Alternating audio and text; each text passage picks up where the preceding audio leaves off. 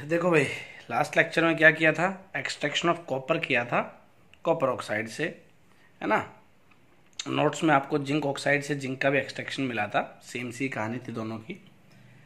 अब पढ़ते हैं भाई इलेक्ट्रोकेमिकल प्रिंसिपल्स ऑफ मेटलर्जी, है ना। मेटलर्जी क्या होती है आपको अच्छे से पता चल चुका है अब तक, है ना। इलेक्ट्रोकेमिकल प्रिंसिपल से आपके कुछ इलेक्ट्रोकेमिस्ट्री के कुछ प्रिंसिपल्स दिमाग में आ रहे होंगे, है ना। इलेक्ट्रोकेमिकल सेल की नॉर्मल रिएक्शंस दिमाग में आ रही होंगी। तो आगे बढ़ते हैं। जो थर्मोडायनेमिक प्रिंसिपल था मेटलर्जी का, उसमें हमने क्या पढ़ा था कि थर्मोडायनेमिक प्रिंसिपल हमारी कैसे हेल्प करता है। वो हेल्प करता है भाई in the choice of stable reducing agent for a given metal oxide. एक स्टेबल रिड्यूसिंग एजेंट को चूज करने में हमारी हेल्प करता है, और in the selection of an optimum temperature at which reduction will proceed smoothly. जो थर्मोडायनेमिक प्रिंसिपल था, थर्मोडायनेमिक प्रिंसिपल जो था मेटलर्जी का, वो क्या था भाई कि आपका पहला काम था उसका रिड्यूसिंग एजेंट चूज करके देना, है ना। और दूसरा काम था टेम्परेचर बताना, ऑप्टिमम टेम्परेचर बताना जिस पे आपका रिडक्शन प्रोसीड होगा। ये दो काम थे उसके, है ना। The same principle can also be applied in the reduction of metal ions in solution और मोल्टन स्टेट। ये कह रहा सेम प्रिंसिपल हम जब आपकी मेटल किस में होगी भाई, सॉल्यूशन की फॉर्म में या मोल्टन स्टेट में होगी, तब भी अप्लाई कर सकते हैं। These reductions are usually carried out either by electrolysis और by adding a stable element as the reducing agent. कह रहा है कि वो हम कैसे करेंगे, या तो हम लोग कोई एक स्टेबल रिड्यूसिंग एजेंट डाल के रिएक्शन को प्रोसीड कराएं।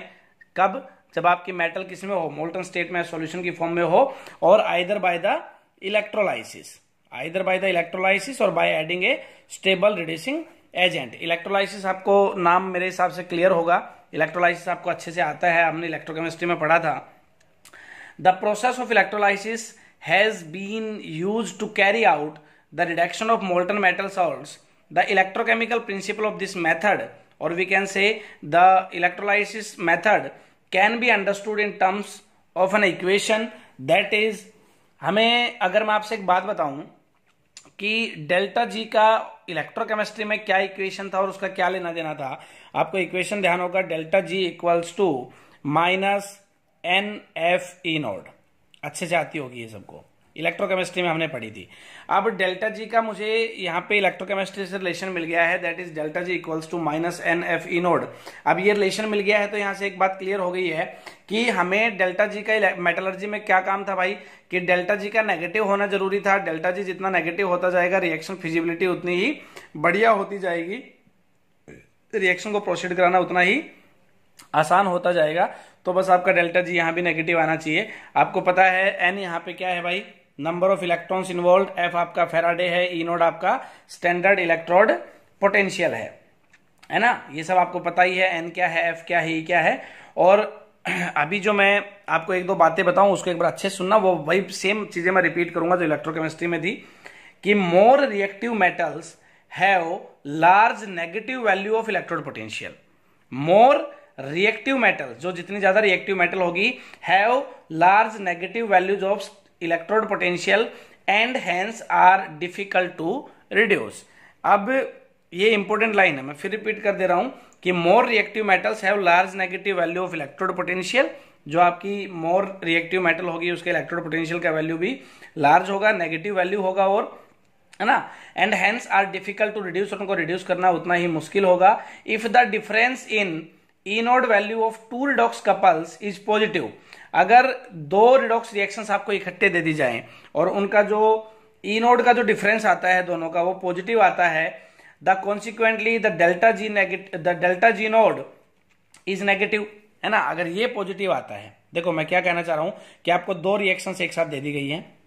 एक रिएक्शन की कहानी तो मैंने आपको बता दी है, क्या बताई, कि आपकी जितनी ज्यादा रिएक्टिव मेटल होगी उसके लिए उतना ही लार्ज नेगेटिव वैल्यू होगा इलेक्ट्रोड पोटेंशियल का, और उतना ही डिफिकल्ट होगा रिड्यूस करना। लेकिन ये कह रहा है कि रिडॉक्स कपल दे दी गई है आपको। रिडॉक्स कपल का मतलब यहाँ पे क्या है कि दो रिएक्शन इकट्ठे हैं, दो रिएक्शन इकट्ठे हैं, तो भाई क्या करेंगे, मेरे पास यहाँ पे दो रिएक्शन इकट्ठी हैं, तो हमें वहां पे क्या करना पड़ेगा कि उनका जब मैं डेल्टा जी नोड निकालूंगा दोनों का, है ना, वो मेरा क्या आना चाहिए, नेगेटिव आना चाहिए। रिएक्शन फिजिबिलिटी अगर मुझे बढ़िया से करानी है तो, रिएक्शन को अच्छे से प्रोसीड कराना है तो ये कह रहा है कि उन दोनों रिएक्शंस का हम ई नोड निकालेंगे ओवरऑल। अगर उन दोनों रिएक्शंस का ई नोड पॉजिटिव आता है तो आपका डेल्टा जी क्या होगा, नेगेटिव होगा, क्योंकि फॉर्मूला में देखो अगर ई नोड आपका पॉजिटिव आया तो आगे क्या है, माइनस का साइन है, ओवरऑल वैल्यू क्या होगा, नेगेटिव होगा, मतलब डेल्टा जी नेगेटिव होगा, रिएक्शन अच्छे से फिजिबल होगी। लेकिन अगर उन दोनों रिएक्शंस का ई नोड क्या आ जाता है, नेगेटिव आ जाता है, तो रिएक्शन फिजिबिलिटी क्या हो जाएगी भाई, कम हो जाएगी कि नहीं हो जाएगी। तो then the more reactive metal which displace the less reactive metal, ये कहानी हम बचपन से पढ़ते आ रहे हैं, from the solution. In other words less reactive metal will come out of the solution and the more reactive metal will go into the solution. ये बात भी कह सकते हैं कि लेस रिएक्टिव मेटल है वो come out the solution and more reactive will go into the solution. इसका मतलब क्या है कि मोर रिएक्टिव लेस रिएक्टिव को क्या कर देगी, डिस्प्लेस कर देगी, बाहर फेंक देगी सॉल्यूशन से, ठीक है। अब जैसे अगर हम बात करें, मैं एक जनरल सी रिएक्शन देके आपको एग्जांपल और अच्छे से क्लियर करता हूं। Cu2 पॉजिटिव को रिएक्ट करा दिया Fe के साथ, क्या होगा भाई, इसको 2 इलेक्ट्रॉन चाहिए, Fe ज्यादा रिएक्टिव है, इसको 2 इलेक्ट्रॉन देगा, Cu प्लस Fe2 पॉजिटिव, है ना। पहले आयंस किसके थे, कॉपर के थे, मतलब मैं देखूं तो सॉल्यूशन किसका था, इलेक्ट्रोलाइटिक सॉल्यूशन किसका था, कॉपर का था भाई, क्योंकि आयंस तो इसी के हैं। फटाक से इसने क्या किया, आयरन ने, मोर रिएक्टिव है तो इसने क्या किया भाई, 2 इलेक्ट्रॉन्स दिए Cu2 पॉजिटिव से, कॉपर बना दिया, मतलब बाहर फेंक दिया कॉपर बना के, और सॉल्यूशन खुद का बना लिया, है ना। तो वही बात जो मैं आपको बता रहा था, in simple electrolysis the Mn positive ions are discharged at the cathode and deposited there. अब आपको एक बात पता है, ये बात कर रहा है डिपोजिशन की, कि कौन से इलेक्ट्रोड पे डिपोजिशन होगा, वही इलेक्ट्रोकेमिस्ट्री के कॉन्सेप्ट फिर से रिवाइज हो रहे हैं। आपको पता है कि मेरे पास Mn पॉजिटिव कोई मेटल है, अगर मैं इसको n इलेक्ट्रॉन्स दे देता हूं, ये क्या बनेगी, m मेटल बन जाएगी। अब ये जो इलेक्ट्रॉन्स मैंने इसको दिए हैं, ये प्रोसेस कौन सा हो रहा है भाई, गेन ऑफ इलेक्ट्रॉन है, मतलब रिडक्शन है, और रिडक्शन आपको पता है कौन से इलेक्ट्रोड पे होता है, कैथोड पे होता है। तो ये कह रहा है कि मेटल कहां पे डिपॉजिट हो जाएगी, कैथोड के ऊपर डिपॉजिट हो जाएगी, depending upon the reactivity of the metal produced, दस the material of the electrodes are selected. Sometimes a flux is added for making the molten mass more conducting.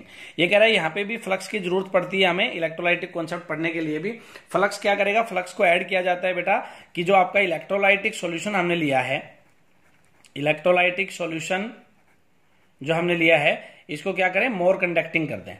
क्या कर दें, मोर कंडक्टिंग। देखो फ्लक्स अब तक ऐड किया था, उसका काम क्या था भाई, गैंग के साथ मिक्स होकर स्लैग बना रहा था। लेकिन इलेक्ट्रोकेमिकल प्रिंसिपल ऑफ मेटलर्जी में फ्लक्स का काम क्या है भाई, कि जो इलेक्ट्रोलाइटिक सॉल्यूशन है उसको क्या कर देगा, मोर कंडक्टिंग कर देगा। And the electrolytic method is used for the extraction of active metals like sodium, magnesium, calcium, aluminium etcetera. जो इलेक्ट्रोलाइटिक मेथड है वो आपका कैल्शियम, मैग्नीशियम, एल्यूमिनियम, सोडियम, इस टाइप के मेटल्स के लिए यूज किया जाता है, ठीक है। तो ये इलेक्ट्रोकेमिकल प्रिंसिपल का थोड़ा सा बेसिक्स था, मैं आपको एक बार 2 मिनट में सारा रिवाइज करा देता हूं। जो थर्मोडायनेमिक प्रिंसिपल था वो रिड्यूसिंग एजेंट चूज करके दे रहा था, ऑप्टिमम टेम्परेचर बता रहा था। तो इलेक्ट्रोलाइटिक कॉन्सेप्ट में क्या किया, कब हमने इस इलेक्ट्रोलाइटिक कॉन्सेप्ट की जरूरत महसूस हुई, जब आपकी मेटल किस फॉर्म में प्रेजेंट थी, सॉल्यूशन की फॉर्म में प्रेजेंट थी, इलेक्ट्रोलाइटिक सॉल्यूशन की फॉर्म में प्रेजेंट थी, और वीकेंड से मोल्टन स्टेट में प्रेजेंट थी।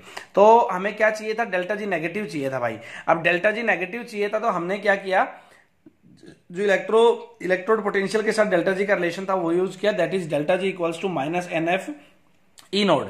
और वहां पे देखा कि आपका जो वो रिएक्टिविटी वाला कॉन्सेप्ट मैंने जो आपको बताया कि more reactive metals have large negative value of electrode potentials and hence are difficult to reduce. अगर सिंगल सॉल्यूशन आपको दिया हुआ है, सिंगल रिएक्शन आपको दी हुई है, तो आपको क्या देखना है कि अगर इलेक्ट्रोड पोटेंशियल का वैल्यू नेगेटिव है और ज्यादा है तो इसका मतलब मेटल ज्यादा रिएक्टिव है और रिड्यूस करना क्या है, डिफिकल्ट है। लेकिन 2 रिएक्शंस आपको अगर दे दी गई है, रिडॉक्स कपल दे दिया गया है, तो हम उन दोनों रिएक्शंस का पहले ओवरऑल क्या निकालेंगे, ई नोड निकालेंगे। और ई नोड अगर आपका पॉजिटिव आता है तो डेल्टा जी नोड क्या होगा, नेगेटिव होगा, और रिएक्शन फिजिबिलिटी क्या हो जाएगी भाई, आसान हो जाएगी। फिर मैंने आपको बताया कि जो ज्यादा रिएक्टिव है कम रिएक्टिव को डिस्प्लेस कर देती है, वो यहाँ पे हमने एक रिएक्शन देखी है ना। उसके बाद हमने बताया कि डिपोजिशन कौन से इलेक्ट्रोड पे होगा, वो आपको पता है कैथोड पे होगा। और लास्ट में हमने बताया कि फ्लक्स का काम क्या होगा, यहाँ पे फ्लक्स का काम है इलेक्ट्रोलाइटिक सॉल्यूशंस की कंडक्टिविटी को बढ़ा देना, ठीक है भाई।